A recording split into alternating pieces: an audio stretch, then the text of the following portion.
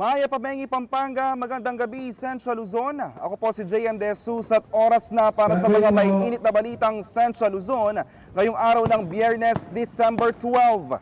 Simbahan sa Candaba, nanawagan sa mga parokyano na labanan ng korupsyon. Isabuhay ang turo ng Diyos. Kapampangan Excellence at Identity, kinilala sa MOCA 2025. Ganda at talento ang Kapampangan, nagningning sa MNK 2025 Coronation Night. PSAU graduate, rank 3 sa ABELE 2025. At isang tulog na lang, Giant Lantern Festival na.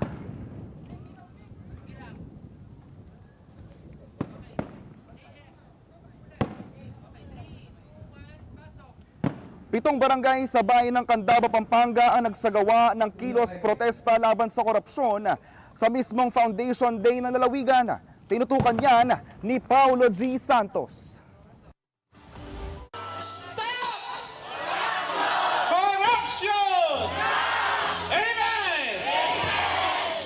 Ito ang sabayang sigaw ng mga parokyano ng San Andres Apostol Parish sa bayan ng Candaba, Pampanga. Tapusin ang korupsyon at wakasan ang paghihirap ng mga Candabawenyo. Sa pangunguna ni Parish Priest Father Francis Kiko Dizon, inilunsad ang rally nitong umaga ng December 11, mismong Foundation Day ng lalawigan. Bitbit na mga parishioner at mga residente ang tarpaulin na nananawagan ng reforma sa DPWH at pagbaklas sa anilay paulit-ulit na katiwalian. Mula simbahan, inilibot sa downtown ng Candaba ang mga panawagan sa lugar na ngayon ay tuyo, ngunit binabaha tuwing tag-ulan. Anyang misan kitnan ko la, kenig meto nga chapel. Then kay mga di ko nga ako, malulito ko nung nanong pangadi ko. Pangadi kong elumbogo, pangadi kong lumbog. Kasi ating kung daramdaman, buriyo po kaning albog, kuling dakala rengasan. So, ngeni po nga ako. Nano po talagang pangadi ko. Lumbogo, alilumbog. Ay, rugo, metong yung pakibat da. Mi po buring albog. Ayon kay Father Dizon, simula pa lamang ito ng kanilang pagkilos. Ang presensya ng 7 barangay at ilang organisasyon ay patunay na lumalakas ang loob ng mga mamayan na iginigiit ang panawagang tapusin ang korupsyon. At kahit binabanggit niya ang pagpapatawad sa relihiyon, gihit niya, bago ang habag, kailangan muna ang pag-amin. Kaya katamong confession, wari, atin dapat pamananggap, pamagsisi, pamag-restore, pamangumpuni mo naman. So aminan ka ba dapat mo? Wow, of course. Bayo lami ka healing, syempre ating tanggapan mo na masakit ka. Kapag doktor, nung mamamin masakit ka but wow, pero balo mo, dakala rin balo ming istoryang megbayo keng kilugkulungan. It's not, it can be good. It can be good. Hanapin, tang restorative justice. Restorative justice. Then kay ing panulong mapait pero kailangan niyang inuman. Oo. At kay batbang kanita mayampat itang impunity. Itang impunity, nano na kasing impunity, itang bala mo, wala nung pakundangan keng pamanako, bala mo kanita, yung pisasabihan tamo, impunity keng pamakamate, itang bala mo, duwasing kunya mo yung biyena ng tao, So ngini, yung pamanako naman, yung pamangurakot, kasi ela mararakap, alang makukulong. Kasama rin sa nagkilos protesta si dating Vice Mayor Resty Sibug. Kontento raw siya na may umuusad na investigasyon ng Independent Commission on Infrastructure. Pero babala niya, kahit may reforma ipinapasok, hindi dapat mawala ang pagbabantay. Dahil ang korupsyon hindi lang nasa nasyonal, kundi umaabot din mismo sa lokal na pamahalaan. Kasi napakaraming flood control talaga. Pinopost nila. Ginawa last month, sira na naman.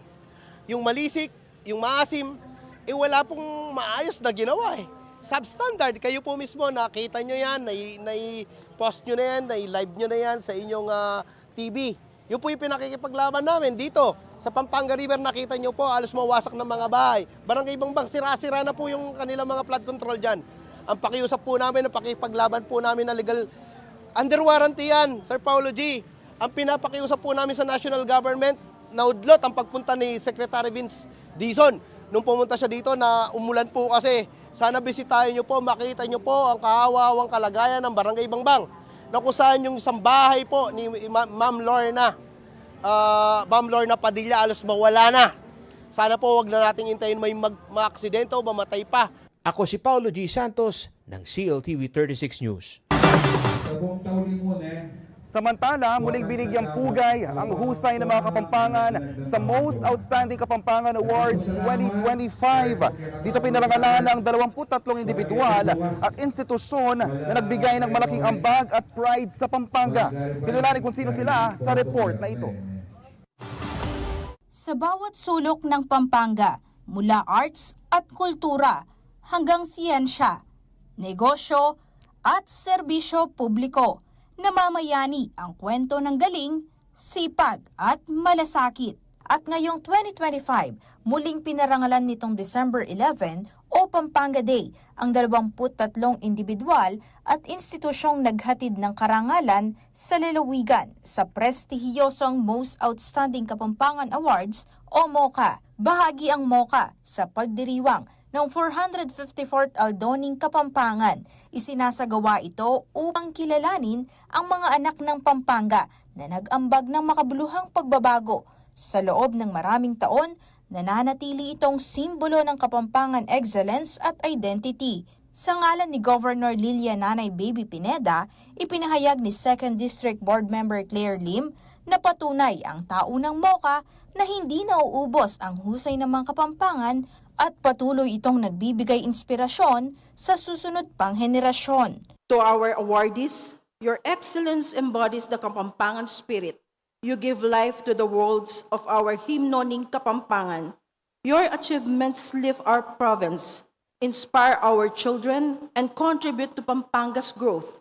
You are our pride, you are our living legacy. You are the shining examples of lugod, dangal at pamana. May God refresh Pampanga as we refresh one another with service, compassion, and unity. Luwid yaing Aldoning Kapampangan, luwid yaing Most Outstanding Kapampangan Awards 2025, luwid kaya katamong ang Kapampangan.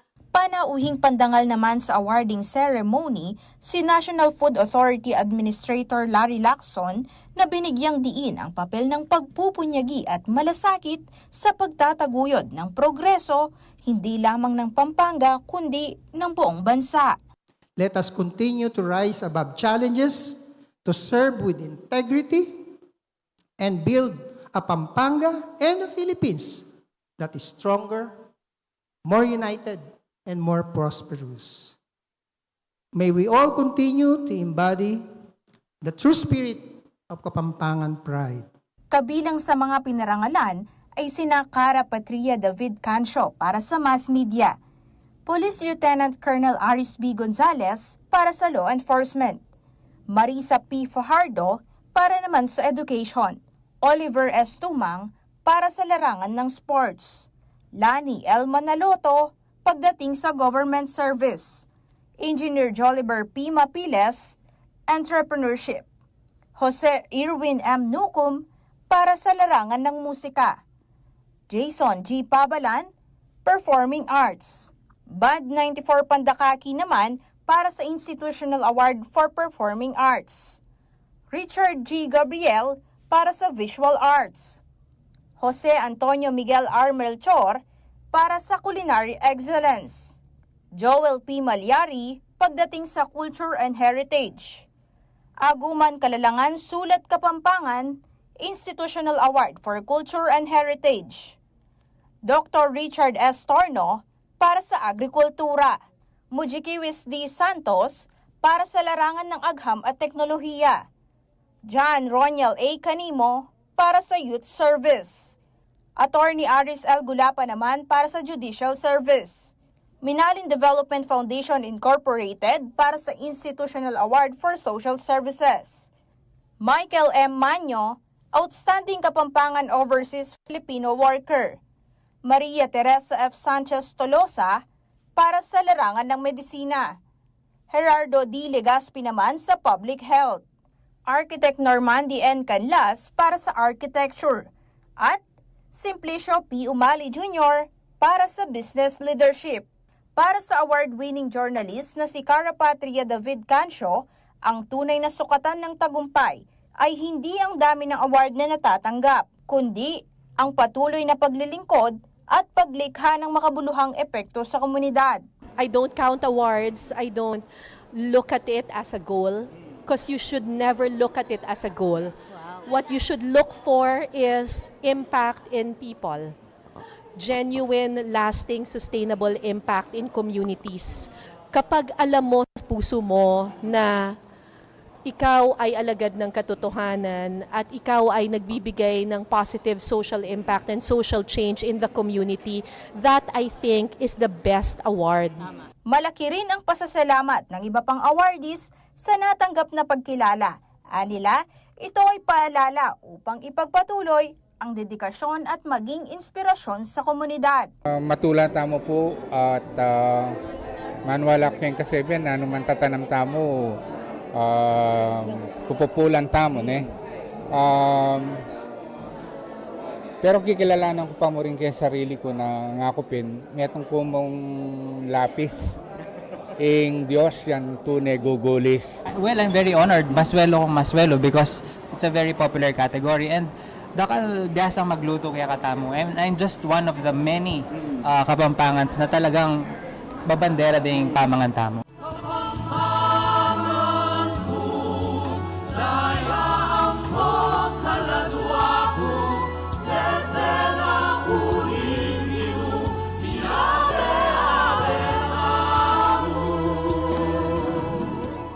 Aisel Fernando, CLTV 36 News.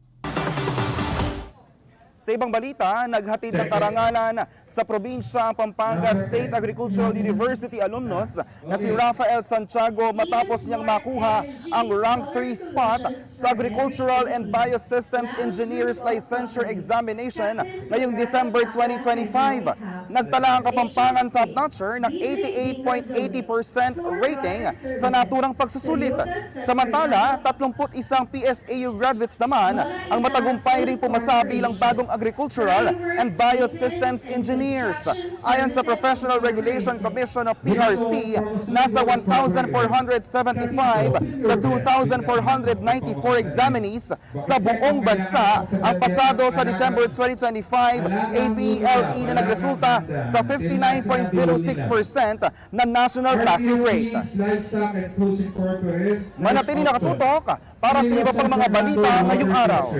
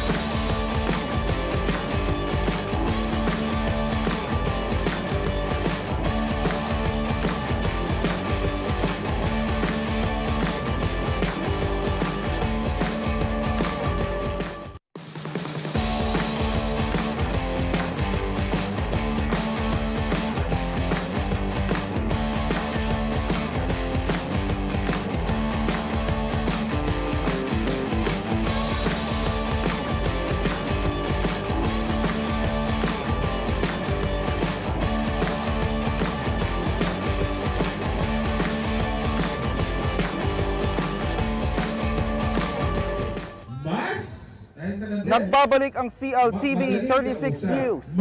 Hindi na basta-basta makakapagkansela ng booking ang mga Transport Vehicle Network Service dahil mapaparusahan sila bunsod ng bagong Memorandum Circular ng Land Transportation and Franchising Regulatory Board o LTFRB. Narito ang detalye ng balitang yan.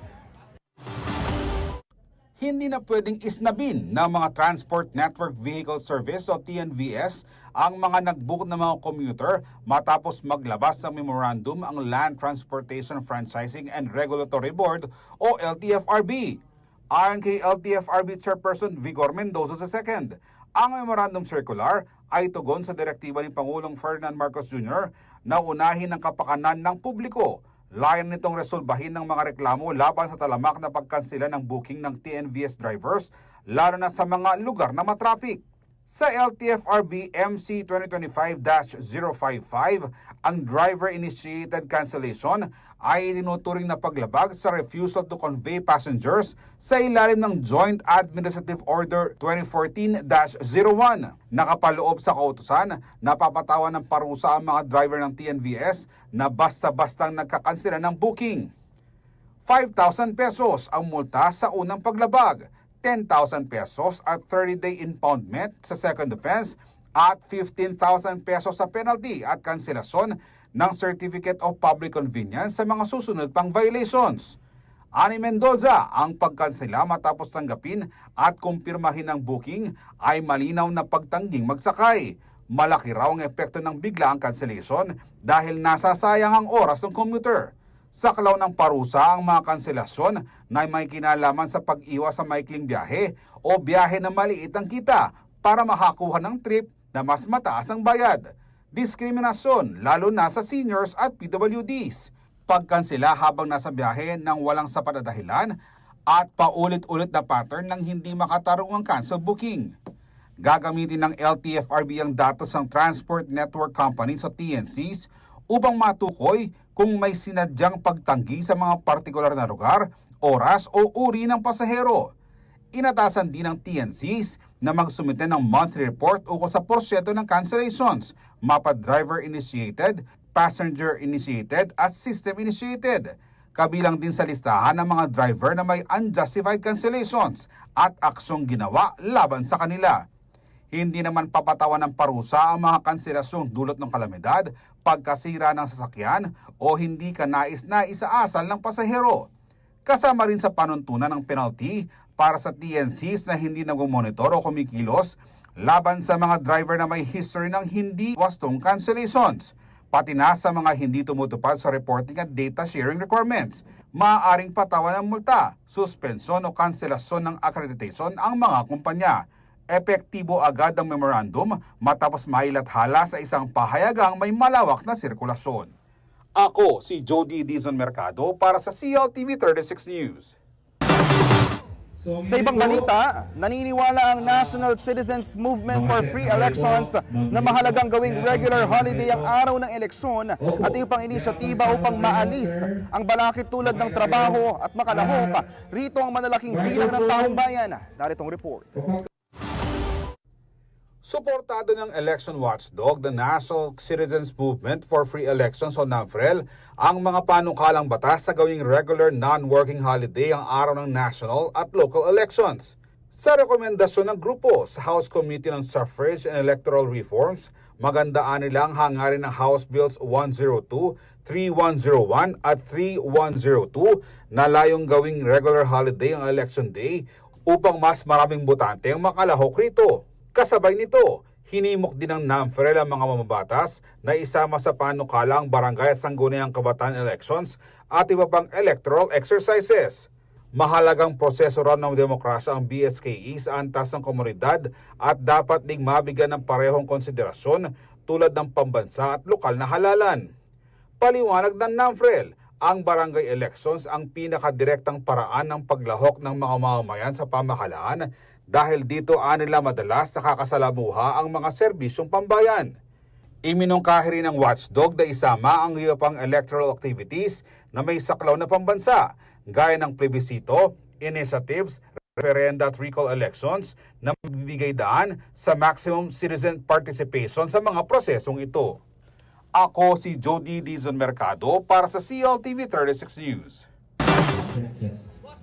Samantala, isang engrandeng selebrasyon ng ganda at kulturang Kapampangan na namayagpag sa Coronation Night ng Mutyaning Kapampangan na 2025 kung saan 22 kandidata ang nagtagisan sa talento, talino at karisma. Sa huli, si Alison Hetland ng Angeles City ang kinoronahang bagong Mutyaning Kapampangan matapos ang standout performance sa swimsuit, evening gown at final Q&A. Ang buong detalye sa Chika Express ni Danica of GKK Gino.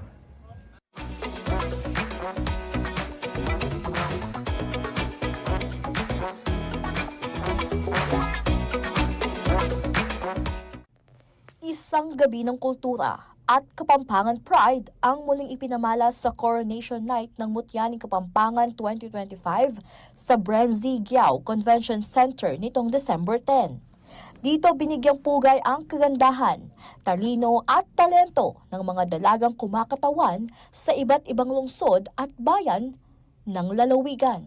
Present bilang judges sina Miss International 2025 fourth runner-up Mirna Esguerra, Miss World Asia 2025 Krishna Gravides, Miss Grand International 2024 CJ Opiaza, at si Mac Mariano na isang sikat na Kapampangan content creator. Nag-umpisa ang programa sa opening number ng 22 candidates kasama ang reigning mutya ng Kapampangan 2024 na si Natalia Margaret Lindsay. Sunod nito, nagpasiklaban na ang mga kandidata sa swimsuit round. Bawat paglakad ay sinasabayan ng sigawan ng crowd, habang inilalakad ng mga kandidata ang kanilang vibrant swimwear na nagpakita ng elegance at athletic poise. Matapos nito, rumampa ang mga kandidata sa evening gown competition, suot ang magagarbong chartreuse colored gowns na gawa ng mga Kapampangan designer.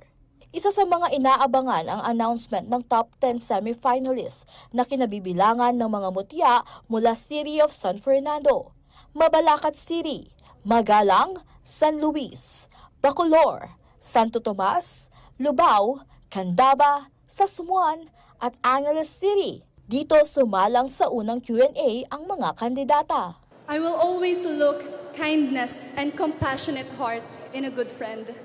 I know when we have compassionate heart that serves, we could be able to share something on that person and to cultivate a compassionate heart on that person. We could be able also to empower that person if we are kind and if we have this compassionate heart. And so we have to realize the importance of kindness and having compassionate heart and extend our hearts, because when we do that, we also illuminate a society when no one is left in the dark because we are kind and have this heart. Thank you. Kasunod nito ay tinawag na ang mga top 5 finalists na kinabibilangan ng mga mutya galing sa Candaba, Lubao, Magalang, San Luis at Angeles City. Dito ay nagpatagisan na sila ng talino sa final Q&A round. That one simple thing that I am very proud of as a Kapampangan is that we Kapampangans are God-fearing. And I believe this is a value that we Kapampangans must treasure and move forward with our legacy, because I stand here with a platform and I know that my purpose is to always carry and shine the light of Jesus. Sa huli, kinoronahan si Alison Hetland ng Angeles City bilang bagong mutya ni Kapampangan 2025. Si Izzy Wilson naman ng Lubao ang first runner-up. Sinundan ni Rose Ann Pangilinan ng San Luis bilang second runner-up, Maria Ronnie Paula Villanueva ng Candaba bilang third runner-up at Ercy Tiongson ng Magalang bilang fourth runner-up. At yan po ang ating Chika Express. Ako po si Danica Gino para sa CLTV 36 News.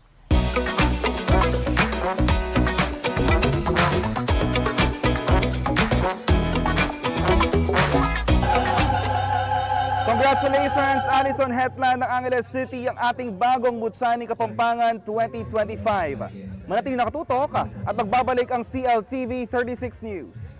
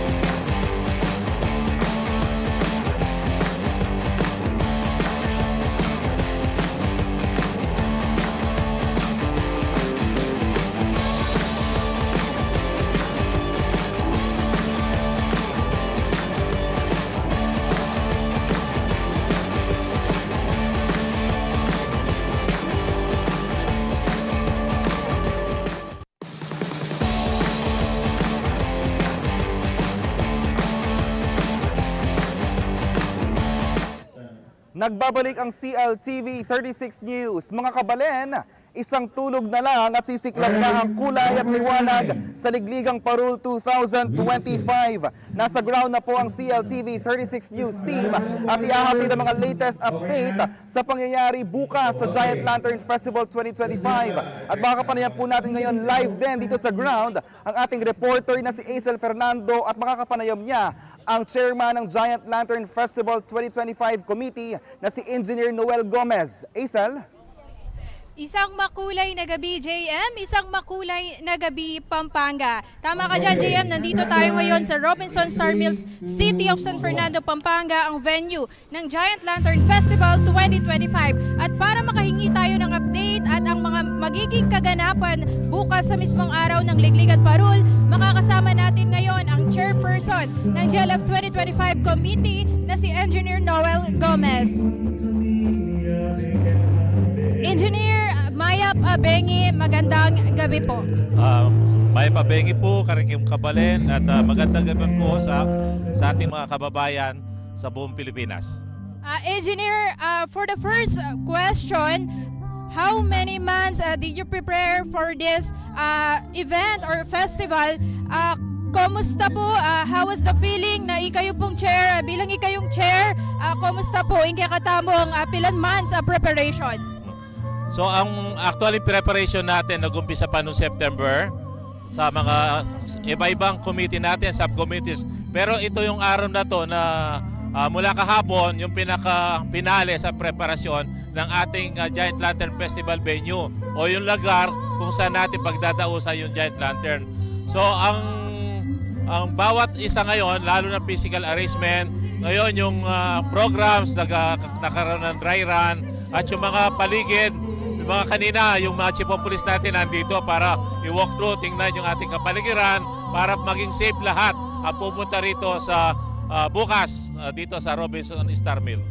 Narinig niyo po mula kay Engineer Noel Gomez na ongoing po dito yung dry run ngayon. At Engineer, speaking of dry run po, nakikita ko rin po yung mga upuan dito sa ating festival ground. Ilang tao po ba ang expect nating darating bukas para manood ng ating festival? Meron tayong mga guests na seated, tapos meron tayong standing room. Yung seated natin around 2,000 plus, 2,500 more or less ganon. So, ang payo ko po sa ating mga kababayan, dumating na maaga para po makaroon tayo ng mas magandang lugar, makita natin yung mga parol. Pero ang sinusigurado ko po, sa lahat ng manonood, makikita nyo po ng mas maganda at maliwanag sa nagpaligsahan na yung ating mga parol. Speaking of, dadagsain po ito ng mga turista mula sa iba't ibang lugar dito sa Pilipinas. How are we making sure po na ang kaligtasan po ng bawat isa? Tulad ng sabi ko, yung sa CDRMO natin sa kay Chief of Police, nagkaroon na sila ng walkthrough kanina, tinignan yung paligid para makakasiguro tayo yung kaligtasan ng bawat pupunta rito sa Robinson. Engineer, last question. Would you like to invite our kabalens and kapwa Pilipinos na subaybayan po ang Giant Lantern Festival 2025? So, inimbitan po namin yung ating mga kababayan. Ito po yung 117 year ng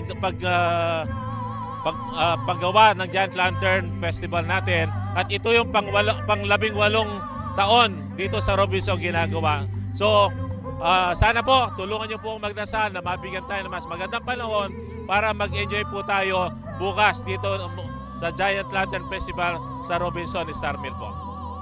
Nakausap po natin ang chairperson ng GLF 2025 Committee na si Engineer Noel Gomez. JM? Aisel, bago natin pakawalan si Engineer Noel Gomez, ang chairman ng Giant Lantern Festival Committee 2025, may pahabol lamang ako ng katanungan. Engineer, meron po ba tayong aabangan na bago o pasabog bukas dito sa Robinson Star Mills kung saan gaganapin ng Ligligang Parul 2025? Engineer, may pahabol lamang po ng katanungan ng ating anchor dyan din po sa Robinson Star Mills. Pinapatanong po niya kung ano po ba ang inobasyon o pagbabago ang ating aabangan sa ating mga parol ngayong taon. Kung yung maraming taon na lumipas, lagi tayong nakakakita ng mga inobasyon ng ating mga Giant Lantern Maker. So, nakakasiguro tayo ngayon, meron naman silang ipapakita sa atin na craftsmanship nila o yung galing nila ng bawat siya. Pero po, ang isang ano niyan, nandun pa rin po yung traditional na pag-ikot ng parol natin o pag-ilaw ng parol natin sa pamagitan po ng rotor. Nandun pa rin po, hindi po nawawala yan. Ayan, kasamang JM, no, narinig natin mula kay Engineer Noel Gomez, asahan natin yung mga pagbabago, inobasyon, pero nandoon pa rin yung traditional na proseso ng paggawa ng parol. Kasamang JM. Maraming salamat, Acer, at maraming salamat din po, Engineer Noel Gomez, ang chairman ng Giant Lantern Festival Committee 2025. Samantala, bakbakan na sa liwanag at husay ang mga participating barangay sa Giant Lantern Festival 2025. Kaya naman lights on na ang barangay Bulaon at determinadong lampasan ang second runner-up finish nila noong 2024 at target ang champion ngayong taon. Samantala, usap-usapan na rin ang Barangay Kalulot dahil sa kauna-unahang pagkakataon, isang 18-year-old na dalagang lantern maker ang magdadala ng kanilang parola. Ito na kaya ang kanilang ipapakita this year. Panoorin ang report na ito.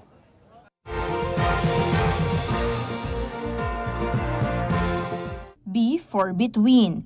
Ang bituin na isa sa pinakakilalang sagisag ng Pasko. Higit pa sa pagiging dekorasyon, ito ay may malalim na kahulugang espiritual, sumasagisag sa liwanag, pag-asa, at gabay na dala ng kapanganakan ni Kristo. Sa Pampanga, hindi lang simpleng bituin ang inihahanda bawat taon. B for Bidang-Bida tuwing Desyembre sa City of San Fernando, ang pinakamakulay na selebrasyon, ang Giant Lantern Festival 2025. Ngayong taon, 10 barangay ang sumali sa kompetisyon. Kabilang narito ang B for Bulaon. Kaya naman lights on na ang Barangay Bulaon para sa pinakahihintay na festival noong 2024. Nasungkit nila ang second runner-up. At ngayong 2025, halos buong taon daw pinag-isipan ng lantern maker ng nasabing barangay na si Mark Nino Flores ang konsepto ng kanilang entry. Yung pamaga-jamming ngayon ng Giant Lantern Festival talagang wala mo buong year ngayon ng 2025 pagka-jam niya. Talagang minisip kaming panibayo na pakulo na sana aborende rin judge na saya rin tao. Sana kami yung champion ngayon. Kwento ng kapitan ng Bulaon na si Laverny Gopez, mas pinaghandaan nilang panibagong edisyon ng GLF. Noong last year, may second runner-up kami. Pagandaan biya talaga kanita. Pero mas ngini. Binyembi na kanita ng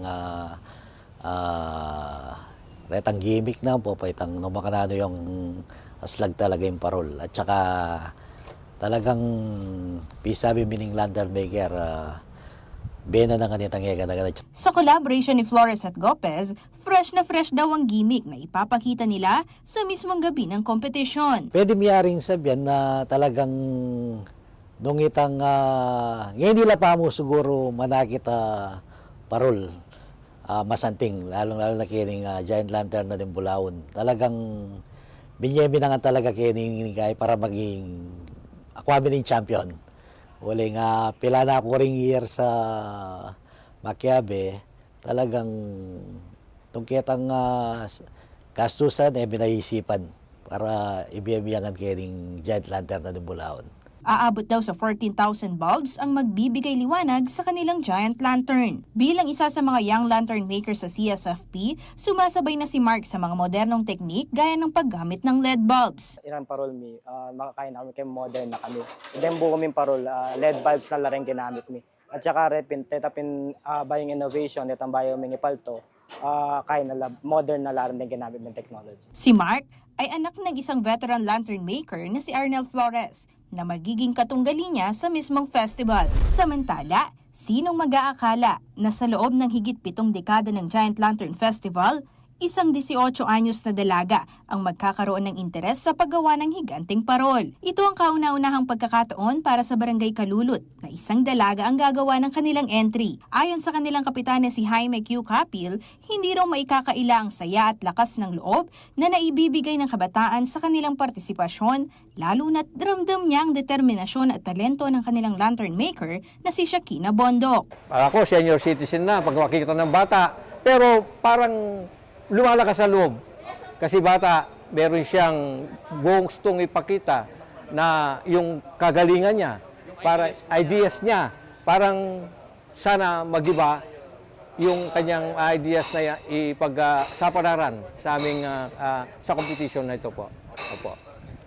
Very proud po ako sa kanya. Of competitive field since it is full of men po in our field. But of course, as a Gen Z, na kasama po sa Gen Z, parang showcase po namin yung mga modern knowledge, skills, ganun po yung pattern, color combinations.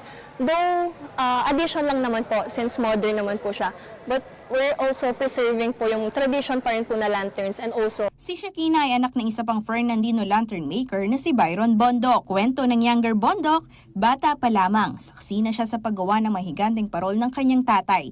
Kaya't marami na rin siyang natutunan. Pero I think yung greatest lesson po is do what makes you happy or yung love mo po. Since yung passion po, it comes na lang po out naturally, hindi naman po siya pinipilit. So, parang i-explore mo lang po yung creativeness mo to showing it sa lantern itself. Hindi man pinalad sa mga nakaraang taon, kumpiyansa si Kapil na makapagpapakita sila ng parol na bibihag sa puso ng mga hurado.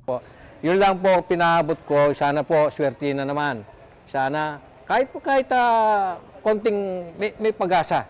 Nakikipagsapalaran kami po, Inaano lang namin po yung yung barangay Kalulot, yung pinaka-importante na kami nakikipagsapalaran dito sa Giant Lantern. Ang kanilang Giant Lantern ay binubuo ng humigit kumulang 12,000 light bulbs na siyang magbibigay kahulugan sa tunay na diwa ng Pasko. Katanda kayo po, lalo na po rin kayong kabaryo, kayong Bulaon, kayong December 13, Sabado, at matatapo kayong Robinson Star Mill para agi ching parol na ng Bulaon. Pero 100% siyang makanda yung barangay Bulaon. Banta naman, Ringmanal Bay, akit din po akit din talaga nung makananoyas laging diwana ng Pasko. Ing Kalulot, makipagsapalaran niya, agyang iya misiswerte. Sopan niya kayo po, manalangin, ditak, kagyan ditak po, pero pakarakalunay po itang panalangin niyo. Dakal po salamat. Kung nais mong mapanood ang pagkutitap ng mga parol ng Barangay Bulaon at Kalulot, tumutok lamang sa CLTV 36 Digital Channel at official social media pages sa darating na December 13. Aisel Fernando, CLTV 36 News. Samantala, matapos ang muntik ng pag-akyat sa podium noong nakaraang edisyon, determinado ang Barangay Dolores na bumawi this 2025. Samantala, isang kakaibang baliktanaw naman, ang bagong inspirasyon naman ang hatid ng Barangay San Jose dahil muli magbabalik ang kompetisyon ang isang female lantern maker. Narito ang report.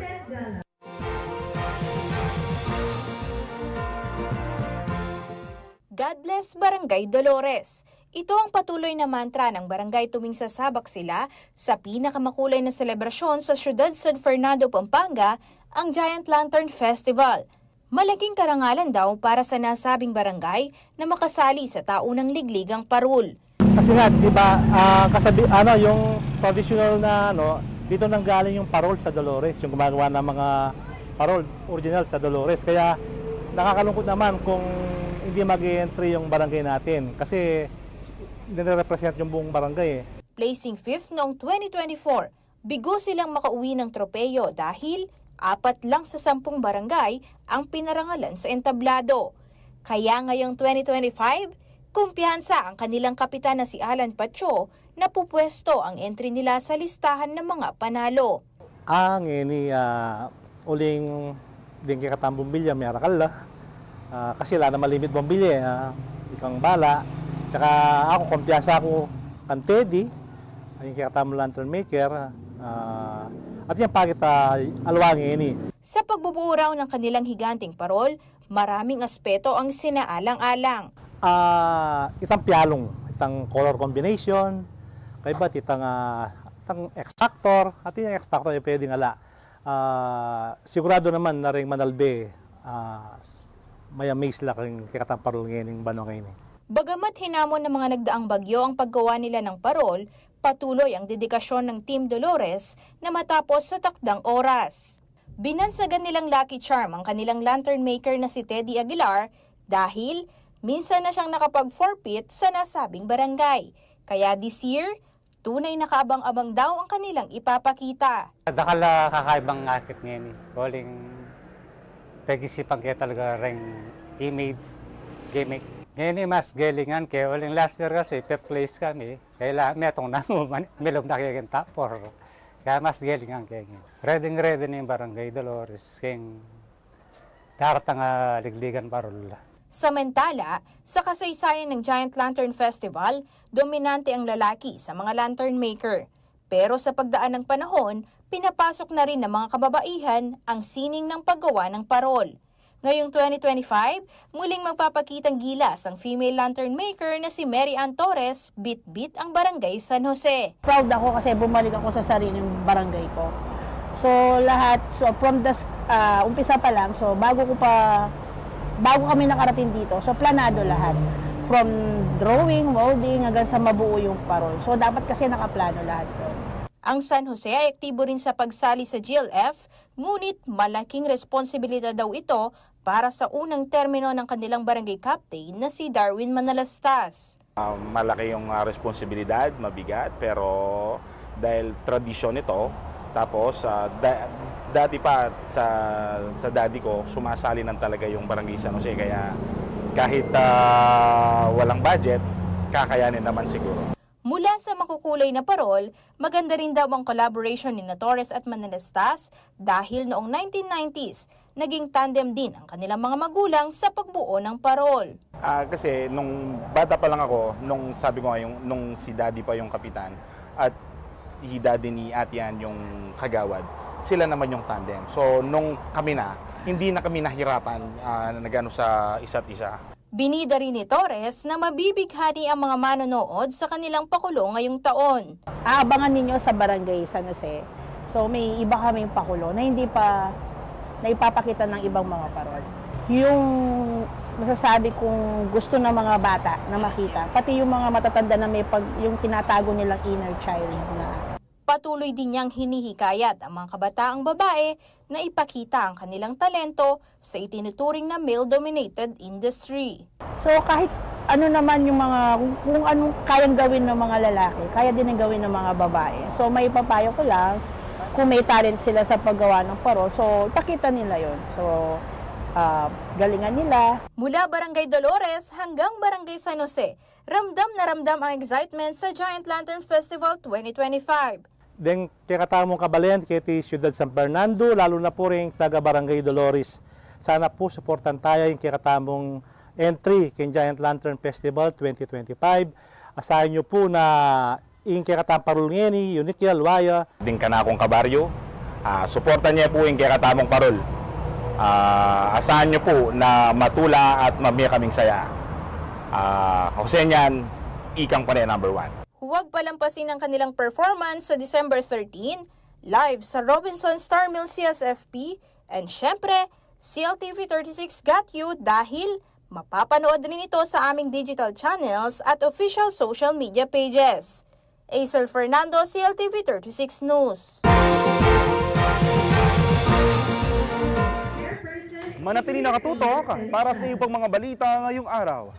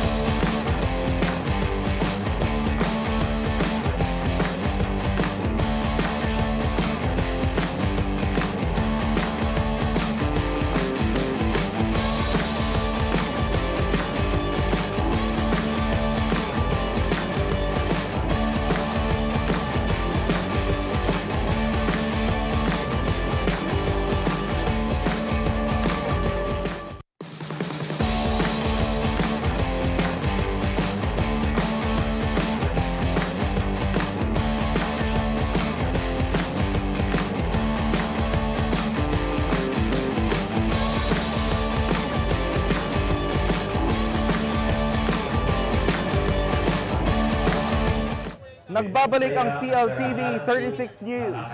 Kasado na ang Giant Lantern Festival 2025 at muling magtatapat ang dalawang higante ng parol making sa San Fernando, Pampanga, ang Barangay San Juan na gustong bumawi at Barangay San Nicolas na ayaw magpadaig. Parehong may bagong diskarte, bagong disenyo at iisang hangarin ang manalo sa Lignigan Parol. Narito ang kwento.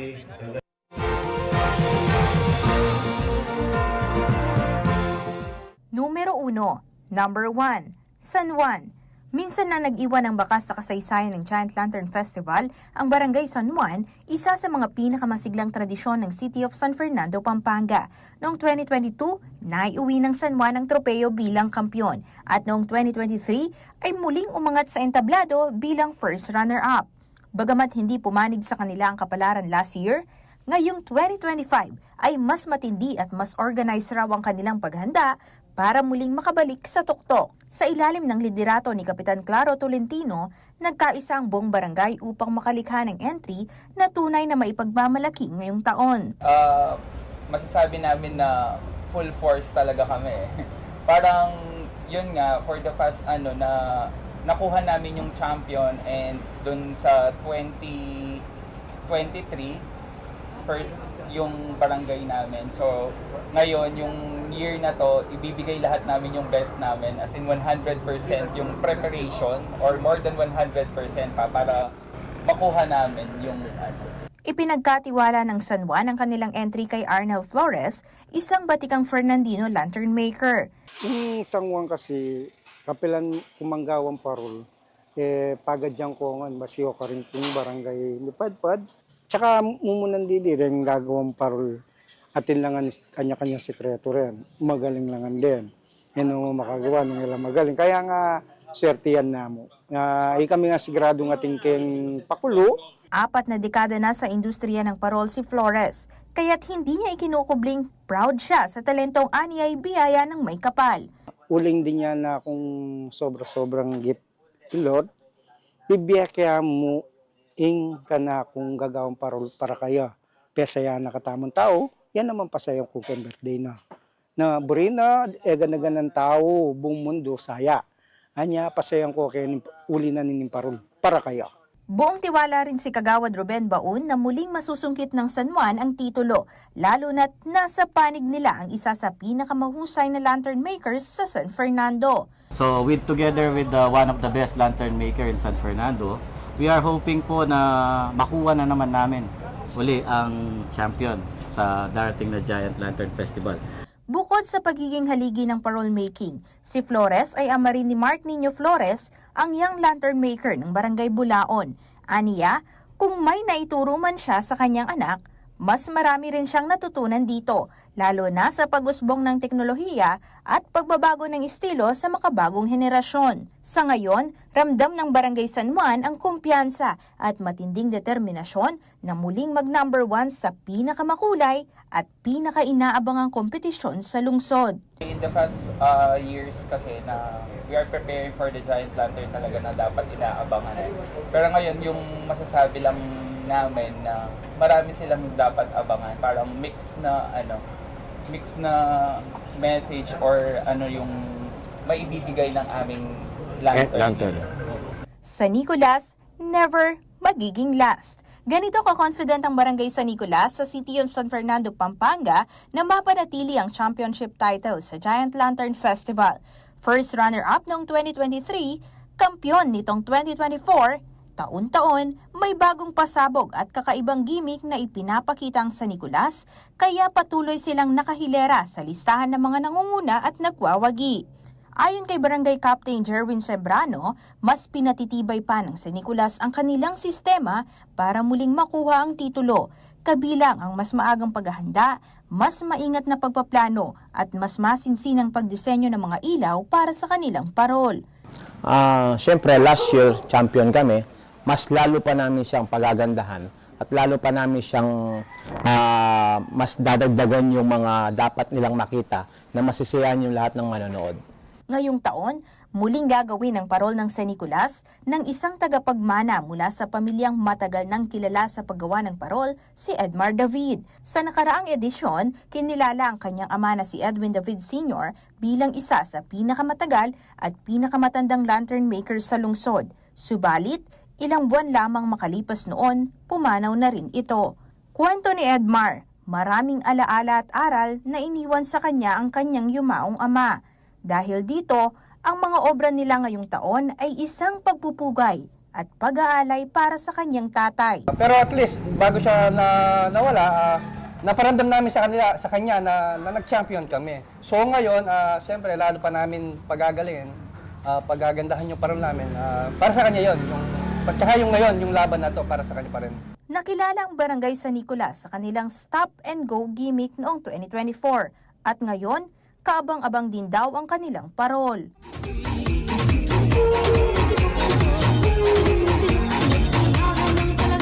Barangay San Nicolas! Stop! Go! Go! Last year, nakita nila yung Symbolize of Christmas. Ngayon, makikita din nila yung Symbolize of Christmas. Mas maganda at mas masisiyahan lahat ng manonood. At kung kahandaan lang ang pag-uusapan, walang dudang ready na raw ang Barangay San Nicolas para sa big event. Actually, andang-handa na po kami sa labanan na ito. Dahil talagang pinagandahan namin. Dahil last year, nakita namin yung paglaban namin at nanalo kami bilang nag-champion ng Barangay San Nicolas.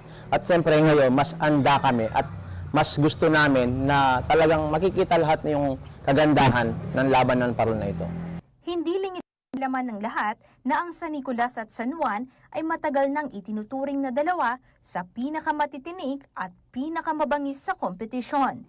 Kaya ang kanilang paghaharap ay laging inaabangan taon-taon. Hoping and praying and at saka po sana mabigyan namin ng saya mga taga San Fernando, buong Pilipinas at syempre sa buong mundo. Kung saan tayo kilalang-kilala every Christmas occasion natin. Sa lahat po ng Fernandinos o hindi lang po Fernandinos sa buong Pilipinas at sa buong mundo na manonood, panoorin niyo po ang laban na ito dahil kung last year nakita niyo po yung kagandahan ng aming parol ay mas maganda po ang makikita ninyong labanan na ito. Kaya sa lahat ng excited na masaksihan ang makasaysayang ligligan parol, tumungo na sa Robinson Star Mills City of San Fernando sa December 13. At para naman sa mga hindi makakadalo, huwag mag-alala, pwede pa rin kayong makisabay sa diwa ng pista sa pamamagitan ng live stream ng CLTV 36 digital channels at official social media pages. Isel Fernando, CLTV 36 News. Samantala, habang abala ang Barangay Santa Lucia sa pista ng kanilang patron sa December 13, may isa pang malaking laban na naghihintay sa kanila, ang Giant Lantern Festival. Isa rin sa mga katunggali nila ang Barangay Santo Niño na ngayon mas ramdamang pressure at mas matindi paghahanda para mabawi ang koronang buntik na nilang mabuot noong 2024. Naritong report.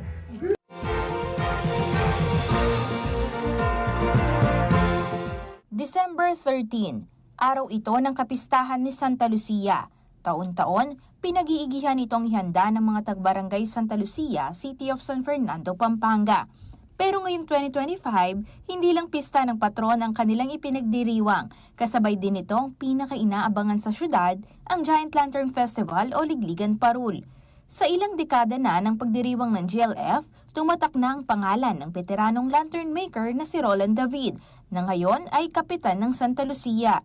Mula dekada 80, kilala na siya sa paggawa ng mga higanteng parol, at ngayong taon, may kakaibang hamon dahil sa patimpalak, kalaban niya mismo ang anak niyang si Ryan Joshua David, na lantern maker naman ng Barangay del Rosario. Yung tinuro ko sa anak ko, yung para maano na siya sa mainganyo sa paggawa ng Giant Lantern at by next year makapagsarili na siya na makapag-entry. Ganun tinuro ko sa kanya. Sa Santa Lucia, isang kilalang apelyido sa parol making ang muling hawak ng kanilang parol, si Carl Ernest Kiwa, anak ni Eric Kiwa na isa ring veteran Fernandino lantern maker. Ayon kay Carl Ernest, mahalagang sabay-sabay ang kilos ng buong grupo, lalo na sa masinsinang paggawa ng giant lantern. In terms na sa bayanihan namin is nagtutulungan na kami para matapos yung mga parol, and nagbi-brainstorming kami at nagbi-brainstorming kami para doon sa namin, sa mga ipapalabas namin sa lantern. At kung may bagong hatid ang kanilang parol ngayong taon, ito raw ay ang paggamit ng LED bulbs. Siyempre, masaya kami na meron ng innovation sa giant lantern. So sa paggamit ng LED is safe.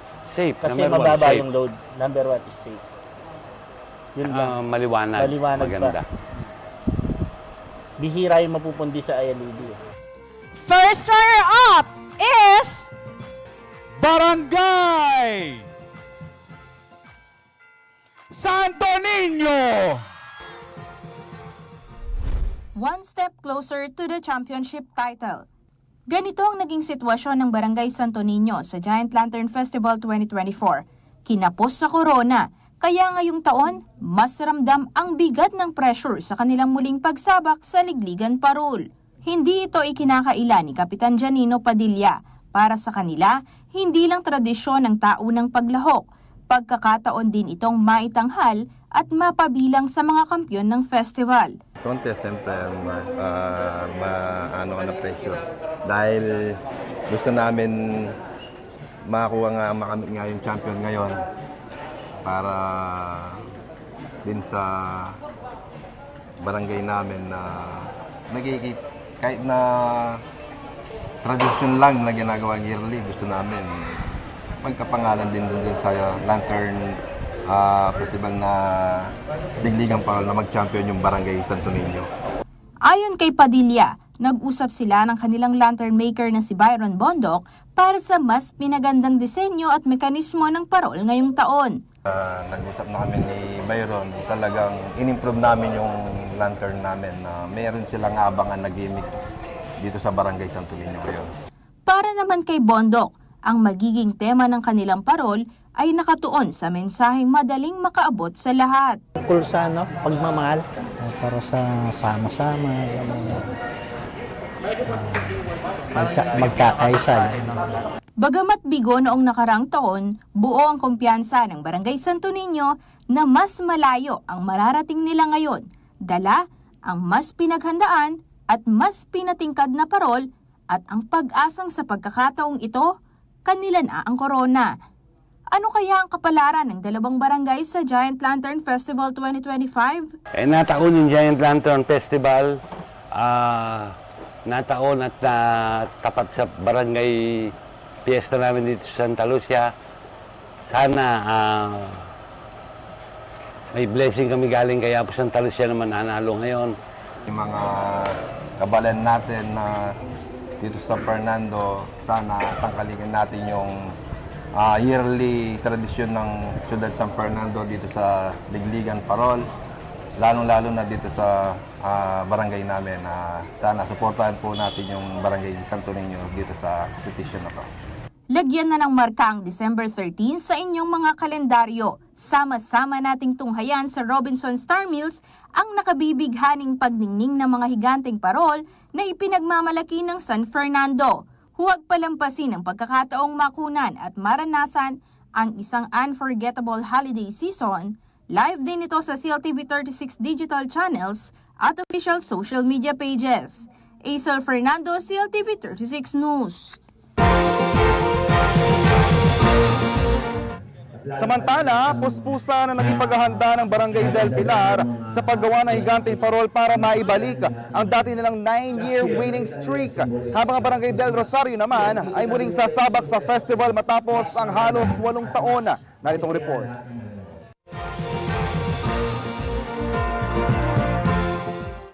Sa kasaysayan ng pinakamakulay na pista sa lungsod ng San Fernando, Pampanga, ang Giant Lantern Festival o mas kilala sa tawag na Ligligan Parol ng mga Kapampangan, 9 na taon na sunod-sunod na nangibabaw ang Barangay del Pilar noong 1983 hanggang 1991. Hinubog ang reputasyon bilang pamantayan ng husay sa laro ng kanilang mga parol.